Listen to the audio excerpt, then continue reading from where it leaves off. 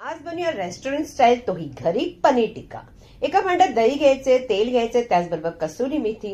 नंतर आपण त्याच्यामध्ये घालणार लाल तिखट, तसंच चाट मसाला, गरम मसाला, थोडेसे जिरा पावडर घालायचे आणि लसूण आल्याची पेस्ट, हळद आणि नंतर इथे ओवा थोडासा हातावर कुस्करून घ्यायचे. बेसन मात्र इथे भाजून घ्यायचं, कच्चं घात नाही म्हणजे.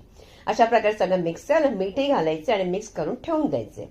त्यानंतर पनीरचे तुकडे करायचे. नंतर त्याचबरोबर कांद्याच्या ज्या पाकळ्या निघतात चौरस कापायचे आणि अशा प्रकारे पाकळ्या निघून येतात तेही घालायचे. सिमला मिरची सुद्धा अशाच प्रकारे करायची. हवं जर टोमॅटो सुद्धा घाला. सगळं काही अगदी व्यवस्थित हाताने अगदी व्यवस्थित मिक्स करून घ्यायचे. अर्धा तास ठेवून द्यायचे.